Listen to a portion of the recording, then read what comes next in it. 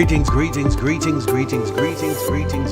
greetings once again. Welcome to the silence of our friends. That's right. You're streaming with us live with the program and in the program, to the program, all the prepositions, the silence of our friends. Why not take a moment and help us to increase our space and our reach as far as the YouTube audience is concerned? Some of you are over on Facebook viewing us live now. If you would tag your friends or go ahead and post this, if you would, on your post, on your page. If you would take the moment to share it now, for those of you that are over on YouTube or over on Facebook live, and for those of you who are over on the YouTube side of things, if you would share the link, subscribe to the channel, and press the notification bell, that will help you to understand each time we are available making our live presentations. This is an arm designed to touch the social ills and the social consciousness of these yet to be United States as it relates to the plight and the prolific journey of black and brown people in this country. So again, the premise of the show is to not only deal with the historical settings as it relates to people of color in these yet to be United States, but also to provide some solutions, potential answers that may help us work as individuals and as a community toward narrowing this great divide. So our show's topic tonight is equality, liberty, and justice, the answer to racism. I suddenly became aware to the fact that racism has an answer. Now, we know the answer to all things for those of us who are believers in Jesus Christ, the Son of God, for us. We know he is the answer for everything as far as problems are concerned. Adam created them. Jesus, the last Adam, has solved them all for us spiritually. The scripture says, in him we live, we move, and we have our being. Acts chapter 27, it goes on further of Jesus' own definition of his ministry and of his reason for being in the earth. And he said, I am the way. St. John chapter 14, I am the truth and I am the life. And so he is the answer. We do know that. The scripture says in St. John chapter 1 that he is the light of the world. And because men do not have that light, they grope around, borrowing from another passage of scripture, in darkness. So we know ultimately Jesus is the answer. But as far as our social arm and this social audience is concerned, I want to deal with social issues and couch them around the understanding, the foundational truth that Jesus is the ultimate answer. And so we invite you to get to know him. He is the friend that sticketh closer than a brother. The scripture says a brother is born for adversity, but there is a friend, referring to Jesus, who sticks closer than a brother.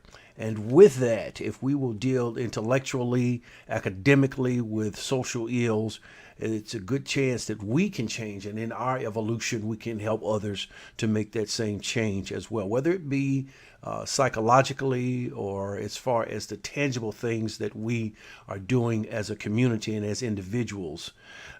So I justify this show because there are many people who would say to me, because you're a pastor and because you're a churchman and because you're a lover of God, a lover of Jesus Christ, just stay over into the church and do church work and leave the social ills alone. And I would say to that audience, apparently someone forgot to tell the major prophet, the messianic prophet Isaiah, those sentiments, because this same prophet Isaiah spoke out.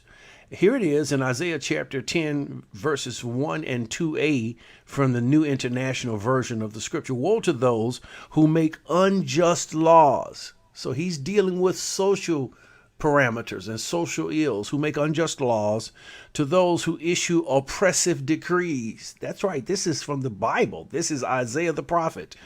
To deprive the poor of their rights and withhold justice from the oppressed of my people. Again, that's the New International Version of the scripture, Isaiah chapter 10, verses 1 through 2a.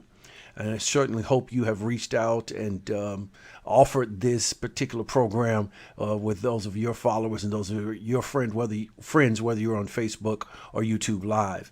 Jesus quoted Isaiah in St. Luke chapter 4, verse 18 from the NRSV, the New Revised Standard Version of the Bible. Jesus says this: "The Spirit of the Lord is upon me, because he hath anointed me to bring good news to the poor."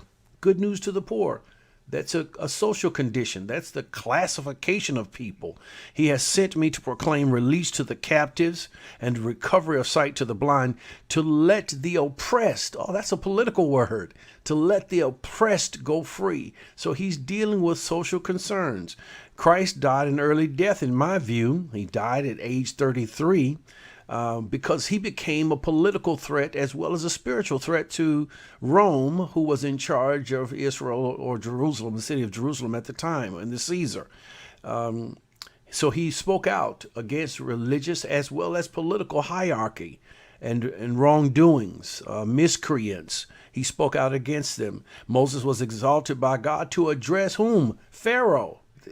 Pharaoh was not a religious figure. He wasn't a spiritual figure. He was a political figure. And God raised up Moses, the deliverer, to speak at least 10 times, because there were 10 plagues of persecution as well as prosecution to elicit Pharaoh's release of the people of God who had been held in bondage. That's right. They were enslaved for over 400 years, 430 years to be exact. And it was Moses who spoke to those political as well as social concerns. It was Daniel who was thrown into a den of lions. I'll let it go. Daniel was thrown into a den of lions largely because of his refusal to comply with political requests by then King Nebuchadnezzar.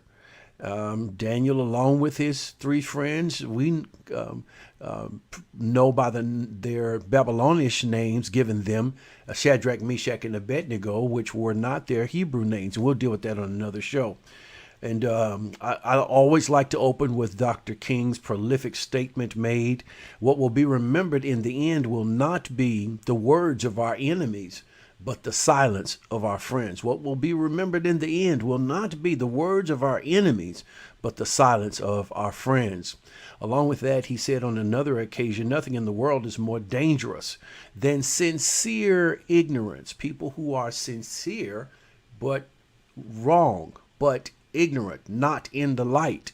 And that is a very blighted condition, a myopic condition that affects people's eyesight or insight and understanding when they are sincere but wrong. You've met them before. And the other side of the compass, he says, in the conscientiously stupid, or conscientious stupidity. In other words, people who are the people of thought, people who have been trained to think pragmatically, critical thinkers, and however well trained, they still come up with the wrong conclusion.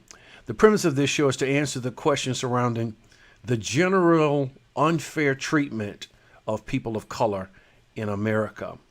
God is a God of equity, a God of equanimity, but people of color, black and brown people, have not been treated equitably in this country. Let me deviate for just a minute and just deal with a current event. I try not to deal with current events. When we started this show, that was my intent, was to deal with a current event each show and expose or relate the current event to the inequities and the mistreatment or maltreatment of people of color, black and brown, in these yet to be United States. But the events are happening so rapidly, if I were to deviate often, it would actually consume the showtime. Just yesterday, a gentleman by the name of Jacob Blake in Kenosha, Wisconsin, had an altercation. And I'll just read this, and this is from the ACLU, American Civil Liberties Union. It's their statement on the police shooting of Jacob Blake. Again, New York, late Sunday afternoon, just yesterday, in Kenosha, Wisconsin, Jacob Blake was the victim of another disgusting act of police brutality. Within full view of his three children, actually three sons, I've later discovered, seated in the back seat, Blake was shot 7 times. Count them. 1, 2, 3, 4, 5, 6, 7. Now, where was he shot? In the back. A man of color. Shot 7 times in the back while, let's wait for it, walking away from police officers and opening his car door with, again, his 3 sons in the rear. Let's go on with the article.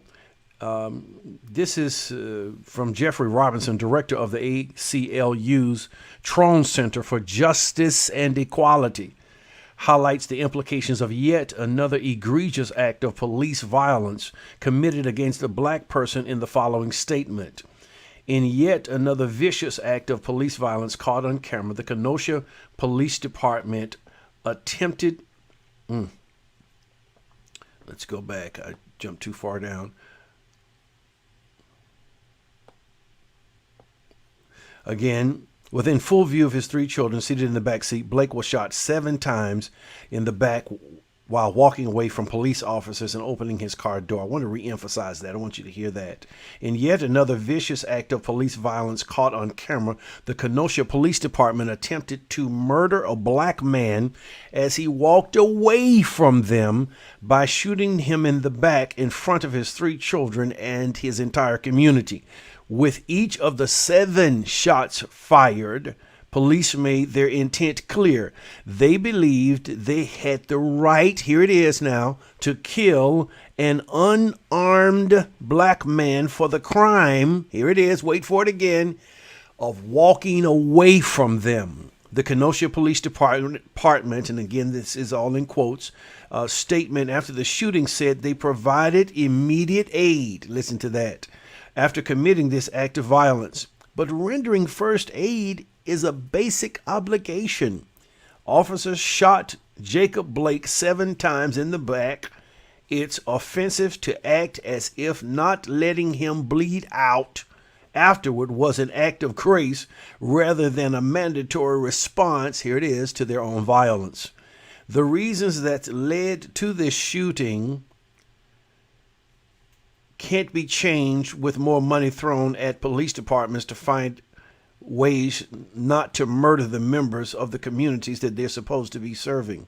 The fact that incidents of police violence like this, the murder of Breonna Taylor, we talked about this in last week's show program, as she slept in her home, and I'll put the word own, O-W-N, in there for emphasis, overemphasis, as she slept in her own home, the murder of George Floyd, we talked about this last week, across the street from a grocery store, the murder of Eric Garner, you remember him in New York, for selling single cigarettes, and he was another I Can't Breathe. He was the first of many outside of a neighborhood bodega, and countless others have become commonplace, shows that the very institution, here it is, of America's policing is rotten at its core. Now, there's some good police officers out there. We have great respect for the law enforcement community. We have great law enforcement persons, even in our own church, in churches. But I'm telling you, overall, when it comes to black and white policing, it's a matter of injustice, largely speaking. Unfortunately, and again, I'm quoting this article, disgusting acts of police brutality like this will be commonplace so long as police continue to act as an occupying force in black communities. It should now be clear to elected officials across the country that the only way to end the scourge of police violence is to immediately divest from a policing institution that, from its inception, has been used to oppress black people, and reinvest into the same communities that those horrific acts of violence are regularly perpetrated against. Policing is a crisis in and of itself, and we can no longer throw money and resources at an institution as hopelessly broken and expect to get different results. And again, that's an article from the American Civil Liberties Union regarding the shooting of Jacob Blake yesterday in Kenosha, Wisconsin. Now, again, I wanted to draw this clear. That was an article within the article, and those comments were from Jeffrey Robinson, director of the ACLU's Trone Center for Justice and Equality. I wanted to bring that up because he makes several points that are interesting to me.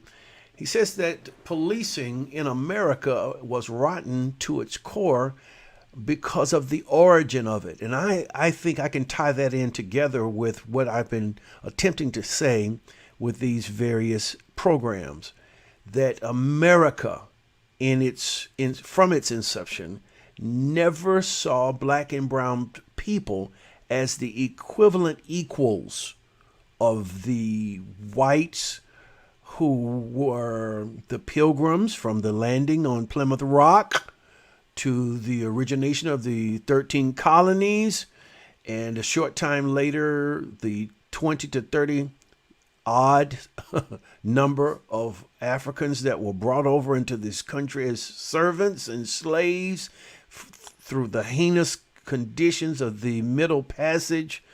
Never even contemplated people of color. And this is why we have arrived at the place where we are today. And for people to not be woke, for people to not be aware of the historicity of this country, and to think that a fight in the street, an argument, and I am with protest, peaceful resistance to laws that are corrupt or unfair. I'm with that program altogether. But in order to really make change and to make change stick, there's some things, in my view, that we have to know. According to the ACLU, again, in another site, they give these three instances, and I thought it was worthy of us to mention them tonight. Stats from the ACLU again of inequities, practiced inequities in this country. Black students, for example, are suspended and expelled from school 3 times more often than their white counterparts. Amazing. So that means it takes three black students to equal 1 white student's trouble in school.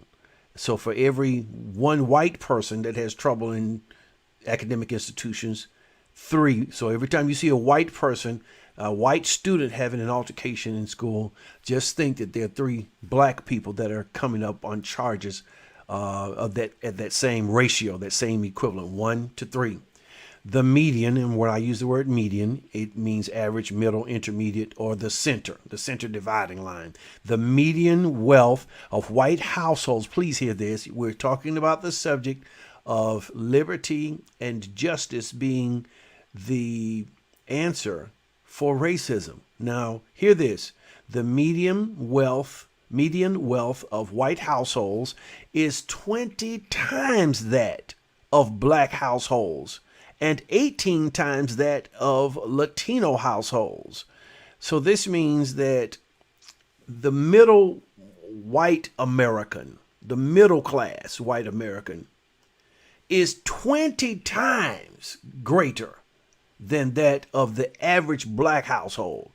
So if you take black people and white people, black people make up, black and brown people, let's just say about 13 to 14% of the population here in this country.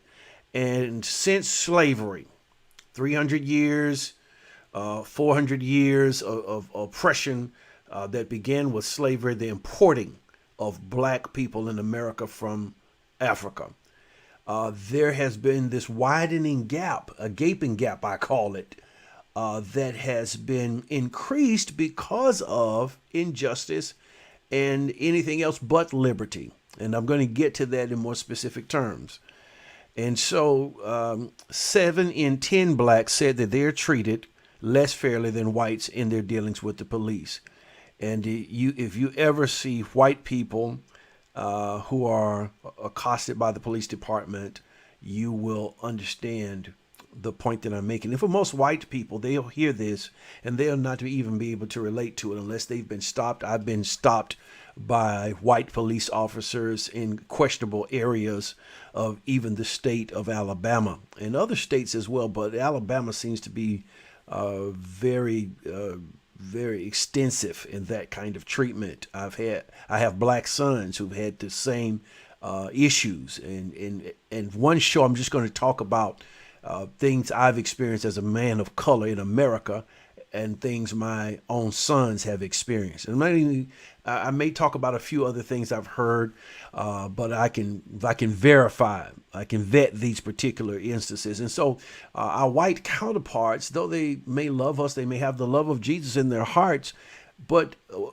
sometimes if people have never experienced a thing, it's very hard for them to relate to the reality of it, to really understand the depth of it, to understand how demoralizing it can make one feel, how angry it can make one feel, how much less than an adult male or female it can make one feel.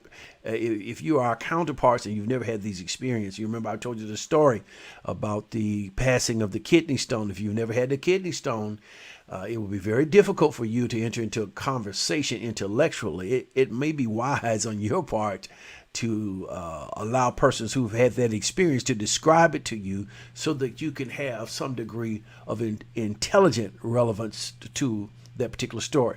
What's at Stake is another article I found from the ACLU, and they state the following. The authors of the Declaration of Independence outlined a bold vision for America, a nation in which there would be equal justice for all. More than 200 years later, it has yet to be achieved.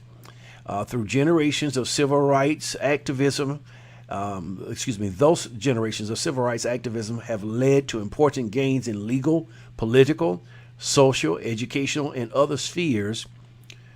The forced removal of indigenous peoples, Native Americans, and the institution of slavery, Black Americans now, marked the beginnings, hear this, of a system of racial injustice from which our country has yet to break free. That nails the point. It hits the head of the nail squarely. Deep-seated systemic racism and inequities that disadvantage communities of color are still woven into the fabric. I've been saying this. Woven into the fabric of our institutions today, from education and housing to our criminal legal system. Systematic racism permeates the starkly segregated world of housing. In our public schools, students of color are too often, that's with an extra O, T-O-O, excessively often confined to racially isolated, underfunded, and inferior programs. One day we'll do a show on the desegregation of the school system, the public school system, because it didn't work. The only thing that happened was that white people took their tax dollars and built their own schools in suburbs where you don't have to racially remove. I'm searching for words. I want to tactfully. I don't want you to miss the message by my misuse of words. So in the case of desegregation, though the courts ruled that segregation was illegal, we dealt with it on last week's program. What happened was that whites who were able, the upper, middle, and upper class white communities, took their tax dollars, established their own school systems, and built schools in the suburban areas. And you do not have to remove people when the cost of living itself is prohibitive. They can't come. So we'll do another show on that at another time. But again, our criminal justice system disproportionately targets and subjects people of color to police brutality, incarcerates them, and it imposes numerous collateral consequences and criminalizes poverty. The dream of equal justice remains an elusive one. Now, let's define the word equity. Equity, when I use that word equity or its derivative, well, we'll talk about equality in a minute, but equity is the quality, and it is that, the quality of being fair and impartial. You are said to be an equitable person in thought, in viewpoints, and so forth and so on, when you are viewing another person or another set of circumstances without regard to color, without regard to ethnicity, race, without regard to educational levels, without regard, with all other factors being equal, to socioeconomic conditions. You being limited to the periphery of those conditions I just named makes you a person who is not equitable in your viewpoint. If you have other standards by which you view people for employment, for housing, for upward advancement, upward mobility, other than the same standard in which you view yourself if you are a non-person of color, then you are not equitable. Your viewpoint is not one of equity. The word equal is probably a better used word in this context. And it has, and this, I have a dictionary. I have one in each office, the 1828 Noah Webster Dictionary. It's a green dictionary with an American eagle on the front. Talk about that another day.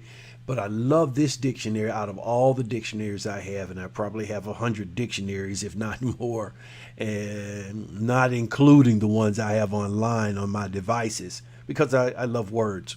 But the Noah Webster Dictionary is important to me because, number one, Noah Webster is considered the father of public education in America. Okay? You can Google his name. There's a lot of information there. But when you look up his words, it gives you the definitions of those words at the time our country was formed, or at least this country was formed, right there in the 1800s, few years, maybe 40 years or so prior to the Civil War. So it really shows you the post, how do you say it, the day we celebrate the 4th of July, the Day of Independence, the post-independence of our country thinking, and the words from those particular hues, the hues of the viewpoints of the early Americas. And then thirdly, I like the Noah Webster 1828 dictionary because it typically gives you a Bible verse that complements the hue of definition. I'm not going to get into that today, but I wanted to share that with you.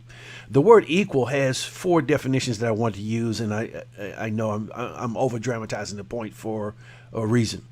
Having the same magnitude or dimensions. So you can't say a thing or people are equal until they have the same magnitude or dimensions. Being of the same bulk or extent, as an equal quantity of land. The second definition here, having the same value. Now that drives a spear into the heart of this country. That black people and white people in the church, outside of the church, educated, lesser educated, regardless of all those factors, they should have the same value. The same value. Third definition, having the same qualities or condition. Then fourthly, having the same degree, equal. Racism within itself can be linked, and I found this in research with this phrase, systematic inequality. So racism is the same as systematic inequality, a system or systems which are in place to ensure that people, black and brown people, never catch up, so to speak, with their white counterparts in any of the 7 mountains of influence. We talked about that in one of our previous programs. Inequity for me represents gaps or disparity between opportunities opportunities of the rich versus the poor.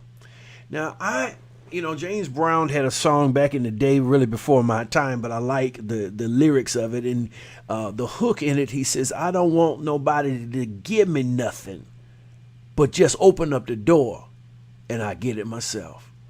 I don't want nobody to give me nothing. Just open up the door and I'll get it myself. I felt that. I don't want nobody to give me nothing. Just open up the door and I'll get it myself. Now, I like the twist of where that is going psychologically and cerebrally. However, I think that lyric could do with one small adjustment. You do want someone to give you something if all they've done is take from you, so that you're not in an equitable position to even open the door. You see, if you've had 300 to 400 years, 12 million potentially slaves that were imported, kidnapped, taken as hostage in the most brutal sense from Africa to work this new country.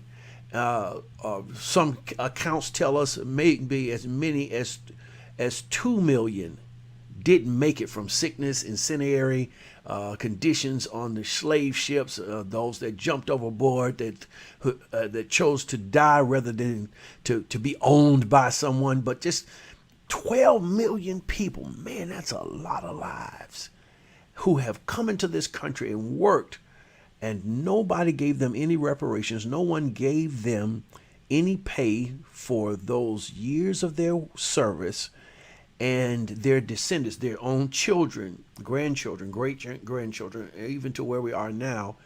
The other race, the majority race, benefited. Yes, benefited greatly. This country benefited from their work, from their servitude, from their hostile and heinous treatment. While all those factors were going on, they were building this country, and no one was compensated. Well, I can open up the door and get it myself if I've been made whole as far as what was taken from me in being in an equitable or equal position. The major examples of inequity in this country there are really 4 areas. Social inequity. Number 1 is the income gap. Secondly, the gender gap. In other words, not only do we have to deal with white versus black and brown people in this country, but then on the other side, the converse of that, you have to deal with male versus female, white males versus black and brown males, and their qualifications to have earning power and earning dimensions. White females versus black females. So those are new and other levels of racism. Then thirdly, of course, is the healthcare gap. Those who are more wealthy are able to afford better health care, better treatment, and consequently they can live longer because they have the means whereby they could have early detection of diseases that could have been a cure versus those diseases that were fatal.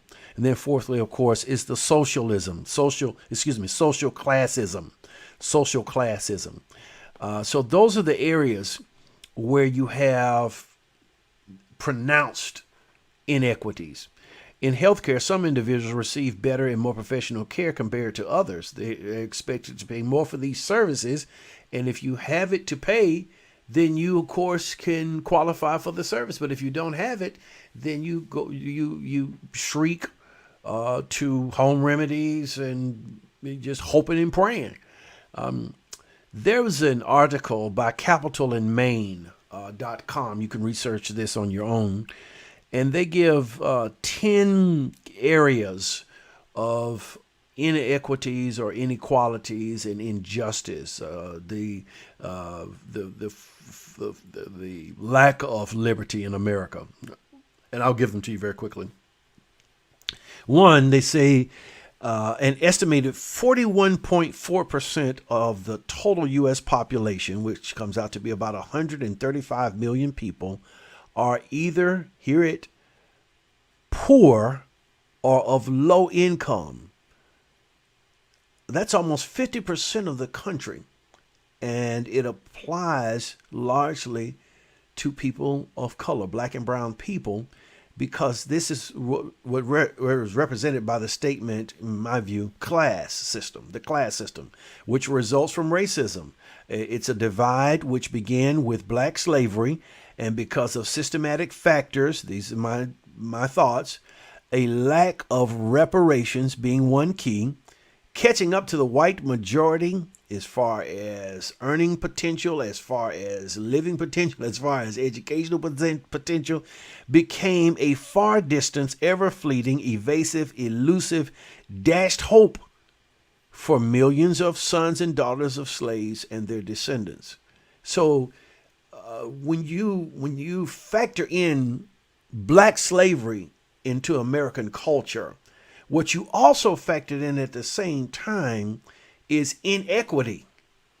You factored in anything else but liberty. You factored in anything else but justice. Because for that chunk of time and that number of people, black and brown, without God and without a hope being preached and a faith in God and his ability to supernaturally make things equitable, catching up is not going to happen. And the fathers and framers of this country, I feel, knew that. You couldn't help but miss it. How can you have a whole factor, a particular demographic of people who are enslaved for a particular juncture in time, and afterwards they are compensated nothing? How can they ever be equal on any level? How could it ever be possible? And so a lot of the racist actions that we're seeing, such as the one I referred to from Kenosha, Wisconsin yesterday in the beginning of the show, that's born out of that, because you've been devalued for so long in the eyes of the white majority. So to expect fair treatment, it's not going to happen other than God. In God we trust, all others we thoroughly investigate. Secondly, 1 in 4 African American families have a net worth, wait for it, of 0. 1 in 4. For every 4 African American families, 1 has a net worth of $0. $0. Thirdly, the median white family has 41 times, the middle income income earners has 41 times more wealth than the median or average black family, and 22 times more wealth than the median Latino family. And you wonder why people of color are enraged. And slavery was the beginning of this. Fourthly, CEO compensation has grown 940% since 1978, while typical worker compensation has risen only 12% during that same time. Next, number 5, more than 30% of black children and over 26% of Hispanic children live in poverty. If you raise 30%, that's 1/3 roughly, of black and brown children are raised in a poverty environment.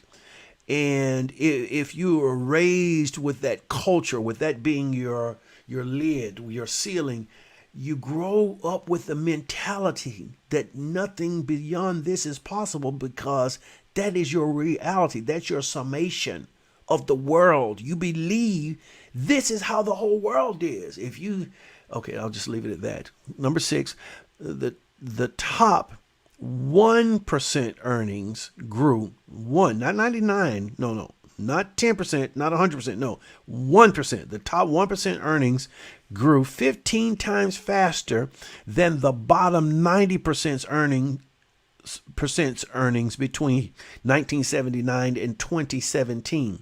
So this tells us that if the billionaires and the multiple billionaires, multiplied billionaires of this country, the top 1% earners, their earnings are growing while the bottom feeders are slowed. And so you cannot reverse the cycle of inequities and injustice as far as finances are concerned, the fiduciary parts, the fiscal parts, until you change these particular factors. 3 men, number 7, 3 men in America own as much as the bottom half of Americans. The bottom 50% of Americans cannot equal the top 3 men, multiplied billionaires of this same country. I could go so many ways with that, but there's much more I want to say tonight before my time runs out for this program. The richest 5% of Americans own 66% of the nation's wealth. The richest 5% own more than the 95% of the country combined. The richest 1%, number 9, own more than half of the stocks of this country. U.S. men, number 10, have 3 times more than women in retirement savings. And so, again, that's the gender injustice. The answer to the question, to try to help people see where we're coming from, to help enlarge and broaden the point in people's scopes and perspectives, I thought of this. This hit me. The answer to this question: how can we know that black and brown people are not treated or viewed as equals to their white counterparts in America? How can we know? Well, there's several ways, but I thought of this one. Just look at our coins and currency. Coins and currency. The argument has been made that Confederate statues in the South and Northeast maintained, I would have you know, maintained by taxpayer dollars of all ethnicities. And I think, okay, there's so much to be said. So many inherent wrongs there. Have no significance regarding reminding the persons of color of their place in the U.S. of the perils of the flagrant abuses of slavery, which was the true reason for the Civil War. But rather they serve our white counterparts, the Confederate-minded people, the sons and daughters of the Confederacy would say, these beautiful statues, as the the administration's leader said, our beautiful statues are being ruined. They may be beautiful to you, but they remind us of a very, very serious and debilitating time in black history in America and black experience in America via slavery. But they say that these statues serve merely as testimonies of the history of the South. If this is true, why are not the achievements, and there are many stellar achievements, of black and brown people noted by the money that everyone uses in this country? If you don't want to do this, you didn't want to do that, you don't want to give reparations for this, you didn't want to give recognition for that, inventions and patents were stolen by white slave masters and credit was taken. Okay, all right, let's just deal with the money issue.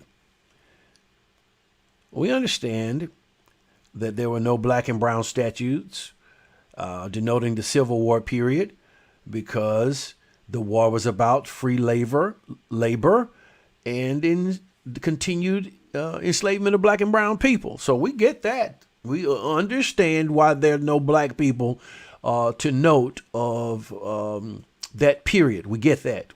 But what about the money? How long did it take for U.S. postage stamps, even something that people had to use for a time, to have people of color recognized because of this injustice and the devaluing of black and brown people? So, for example, I did a little research for you because I knew you want to know regarding the statesmen who are on both bills and coins. The list would include Abraham Lincoln. He's on the penny as well as the $5 bill. A white. Thomas Jefferson, he's on the nickel and the $2 bill. white. George Washington on the quarter, the $1 bill, and the $1 coin. The United States currency notes in production, George Washington on the $1 bill, Thomas Jefferson on the $2 bill, Abraham Lincoln on the $5 bill, Alexander Hamilton on the $10 bill, Andrew Jackson on the $20 bill, Grant on the $50, and Franklin on the $100. No black faces. No black faces. 12 million slaves. 14 million if you put the 2 million, estimated 2 million who jumped over the side and didn't make it because of incendiary conditions. No black faces. Why? Value isn't there. The value isn't there. The equality is not there. The justice is not there. And when you don't value people with the same equality, there's not the feeling that there should be recognition, because to recognize on the same scale would be to admit that they are equal. The Pledge of Allegiance, allow me to touch that, was written in August 1892, so roughly 200 years after the country was established, or discovered, let's use the word discovered, by the socialist minister Francis Bellamy, 1855 to 1931. It was originally published in the Youth's Companion on September 8th, 1892. Bellamy had hoped that the pledge would be used by citizens in any country. It wasn't just written for America. In its original form, it read, "I pledge allegiance to my flag," so it could go for any country, apply to any country, "and the republic for which it stands, one nation, indivisible, with liberty and justice for all." In 1923, the words, "the flag of the United States of America," were added. At this time, it then read, with that adjustment, "I pledge allegiance to the flag of the United States of America and to the republic for which it stands, one nation, indivisible, with liberty and justice for all." In 1954, in response to the communist threat of the times, President Eisenhower encouraged Congress to add the words "under God," creating the 31-word pledge we say today. Some say today. Bellamy's daughter objected to this alliteration. Today, the pledge reads, obviously, you know this, "I pledge allegiance to the flag of the United States of America and to the republic for which it stands, one nation under God," here it is, "indivisible, with liberty and justice for all." Well, what is liberty? Liberty, from that same 1828 Noah Webster dictionary, is freedom from restraint. Freedom from restraint, in a general sense, and applicable to the body or to the will or mind. Freedom from restraint. I probably should have just done a program with this and beyond, because this could go so many different directions. This is why it's so important to know the truth, because the truth liberates the mind from restraints, from the potential of restraints. I say all of the time to students, he who does not read must always be the servant of he who reads. He must depend on the reader to tell him, who does not read, the content. And that is the greatest way to control the mind, to control by way of controlling the narrative. Liberty, secondly, natural liberty, consists in the power of acting as one thinks fit. Now, you know, black and brown people have not been able to act according to their own decisions, their own cognition, their own balance, and their own way of seeing things from the inside out, their own deliberations. The power of acting as one thinks fit without any restraint or control except for the laws of nature. Thirdly, civil liberty is the liberty of men in a state or society, or natural liberty so far only abridged and restrained as is necessary and expedient for their safety and the interest of the society, state, or nation. A restraint of natural liberty not necessary or expedient for the public is tyranny or oppression.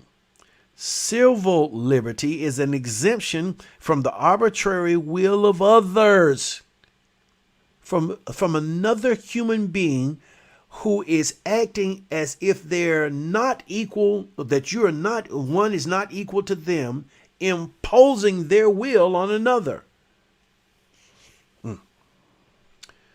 And then the word justice.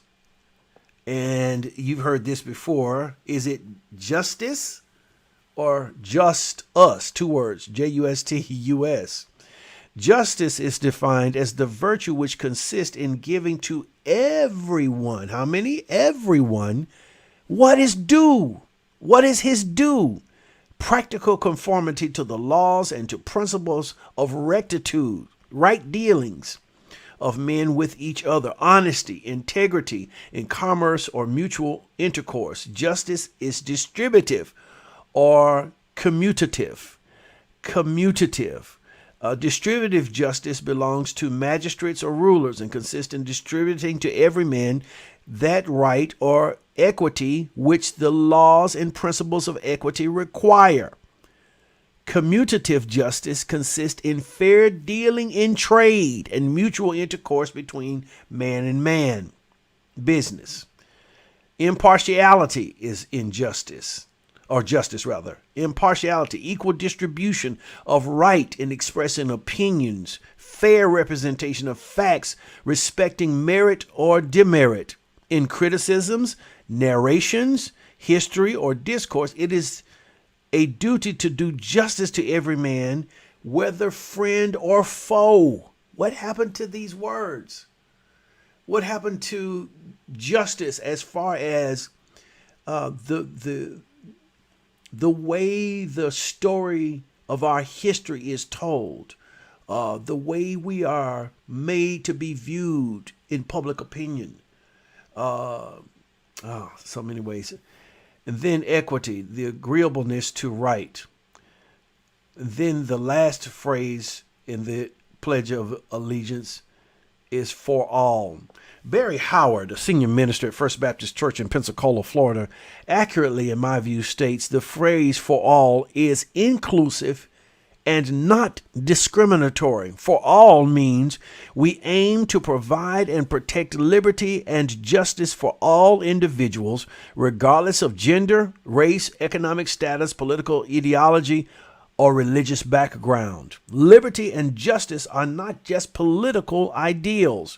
They are social tenets that affirm intrinsic human worth. They are social tenets that affirm intrinsic human worth and spiritual values that reflect the image of our Creator with the capital letter C, ultimately experienced through the liberty we find in Christ.